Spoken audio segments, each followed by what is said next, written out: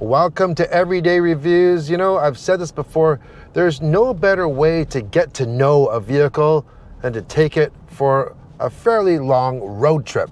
So today we have the all-new Lexus LX600. This is the big boy, and we're taking it over to Vancouver Island. We're gonna tour all around with it for the next 4 or 5 days.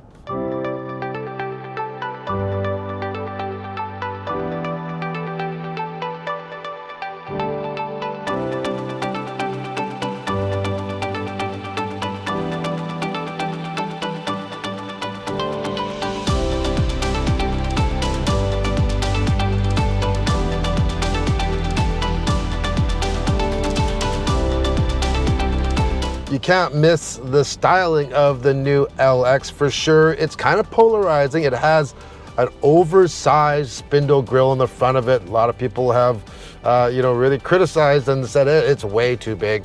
I don't know. I've gotten used to it, and the proportions. This is a big vehicle, so I don't really mind it too much. So this LX is based off of the same platform as the new Toyota Tundra, as well as the upcoming Sequoia. It's a big body-on-frame chassis. This one's equipped with hydraulic suspension. You can raise and lower the height of it as well. And yeah, it really has a presence.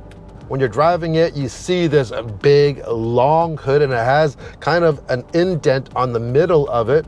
And I think it's pretty easy to drive. I like the drive of it. Cynthia thinks it's a little bit big. It feels big, but hey, you have a big vehicle. It should be big, and I don't mind it at all. We're riding on 22-inch wheels. This is equipped with a hands-free power liftgate as well. So once you open it up, you can put a lot of cargo area in behind that second row of seats. As you can see, we have pretty well packed. Once again, when we go on road trips, we like to overpack, and this trip was no exception at all. Now, the configuration for this LX is a little bit different in Canada. You see, you can get a 2 or a 3 row configuration, and the 2 row you get in the US is you can get a 5-passenger configuration. So a bench for the second row, and the third row is optional depending on what trim level you get.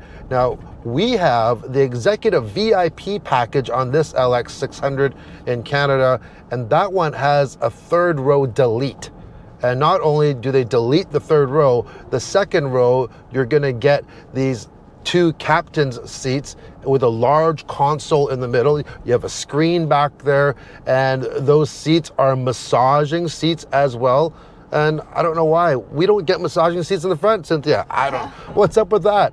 I guess, for some people, this could be a car service vehicle where you're going to go and, a car for hire, and that's why it has some settings. The rear seat passengers can actually move that front passenger seat forward and back and tilt it. And I also have control on my seat memory if I hit that, and I can also control the passenger seat too. So if you're picking someone up in the rear seat, they can open it up and I can just move that seat ahead for them. So it's very, very, very comfortable, especially back there. It reclines quite a bit. And then you get to the color of the seats. I'm a big fan of orange, and of course this is a top-of-the-line Lexus.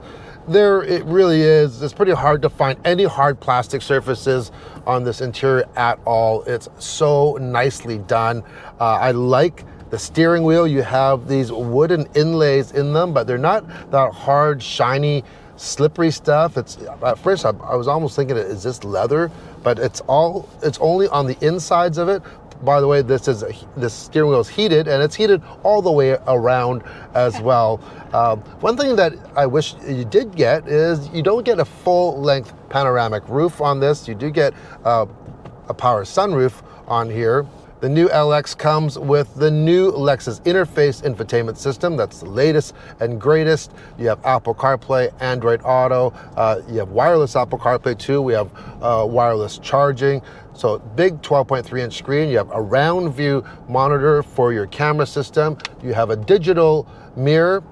which is very handy when we got everything packed there. We can see out the back still. And in the center, it's not as large as the 12.3-inch screen, but you do get a nice display with just your critical gauges on either side of that. And also below the Lexus interface, you're going to see another display. The graphics are really, really clear. You can see the status of your vehicle, especially when you get into the off-road modes and the driving modes of this vehicle. Also, you'll see your HVAC controls there.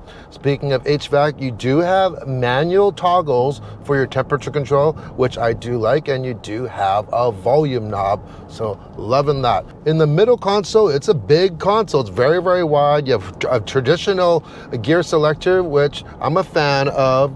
Drink holders, of course, your heated and cooled seats, and your steering wheel. They all have automatic settings, by the way.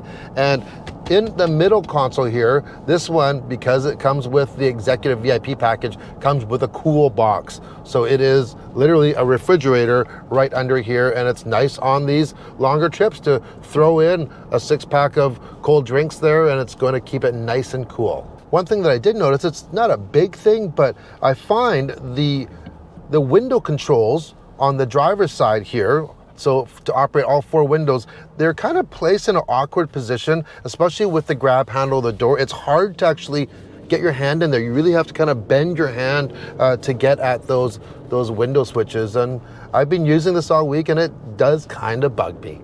And being a luxury vehicle, this executive packaged LX600 does come with the soft close or easy close doors, as they call them. The LX no longer is available with a V8 engine. Now it gets a twin turbo 3.5 liter V6, which is essentially the same as what you would find in the new Tundra as well. So horsepower is 409 and torque is 479, which is the same as the Tundra. However, this has an increased amount of horsepower, probably due to the fact that this uses premium fuel, where the Tundra uses regular fuel. So luxury vehicle, luxury gas, that's for sure. So that's matched to a 10-speed automatic transmission. This new platform also has an independent rear suspension, and I'm telling you, driving it around the highway in the cities that we've been in, it doesn't feel like you're driving a truck at all. You feel big, but it doesn't feel like you're driving a truck. The suspension is very, very supple, but the engine has such great torque. And I'm pretty sure that most people will not miss the V8 at all. This is really, really responsive, this engine. So towing is rated at 8,000 pounds in case you want to pull anything, which is pretty decent for an SUV. And fuel economy wise, these are our real world numbers. We are averaging, I reset it when we first started our trip, we're averaging 16.3 liters per 100 kilometers, and that's combined city and highway driving, lots of short trips in and around the Victoria area, and some long highway drives as well. So yeah, it's a pretty good representation of what you can expect in real life driving without going and doing off-roading or towing. Now off-roading, this is a real off-road machine. This is a body on frame. If you want to take this off-road, it is very, very capable. Unfortunately, we didn't get a chance to take it off-road, but this does have full-time 4-wheel drive. You have a 2-speed transfer case, so you do have 4-low. You have a locking differential. You have a multi-terrain selector and crawl control. So if you really want to get into that gnarly stuff, you can basically use that crawl control, which is kind of like a cruise control for off-road use. And you also have hill descent control, and you have that suspension that can raise or lower as well. So lots of capability, lots of luxury in this vehicle. And you know what? This has been a really good partner for our road trip.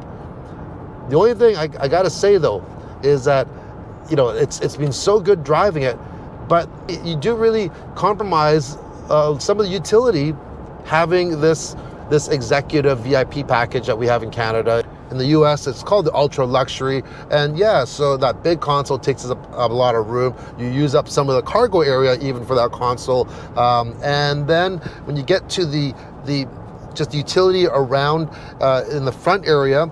Surprisingly, not a lot of storage room. You do have that cooler box, but because it's a cooler box, you got some drinks in there, you can't use that for storage in there. There's nothing underneath that you can store. Even the door pockets are not that large to hold things. So utility-wise, it's good for our family, but you know, once the kids get a little bit bigger, or if you had more than 2 kids, then you probably want to go and get that 3rd row option and just stay away from that executive VIP. Speaking of kids, this top of the line package also comes with rear seat entertainment. So you have 2 screens on the back of our front seats. You have 3 screens. Okay, well, 2 to actually watch your things. You can watch 2 different things. Now, one thing that's kind of odd, and I pulled out both the manual as well as the supplemental manual for the in-screen, or I was gonna say in-flight entertainment, because this is kind of like business class. So I pulled out the manual. They have a separate one for the headphones. I could not get the wireless headphones to connect. I tried every single thing. However, they do have a wire, and you do have a wired input in there, so that's what they were using. So that works. I'm not sure if it's something that this thing is not set up to do, or maybe I just couldn't figure it, but I tried to Google it, and I pulled out the manual, and I still couldn't figure it out. But really a big godsend, especially we're doing ferry trips here, and a lot of times we have to get to the ferry terminal, you know, an hour, sometimes 2 hours early, and just for the kids to have something to do to keep their minds occupied when everything's all run out, it's really nice to have that entertainment system. Overall, super comfortable, luxurious, extremely capable vehicle, and I would definitely take this on another road trip. Yeah, would it be better to get a little better fuel economy? By the way, this is not available with the V6 twin turbo hybrid engine that the Tundra and the Sequoia have. So maybe it'd be nice to see that implemented in here. But anyways, yeah, she's a good one, everybody. I hope you enjoyed our little road trip, and hope you liked the video. Who's a good one? Whoever's watching, they're a good one, and so is the LX600. See you on the next review, and don't forget to like and what? Subscribe. There you go. Ciao.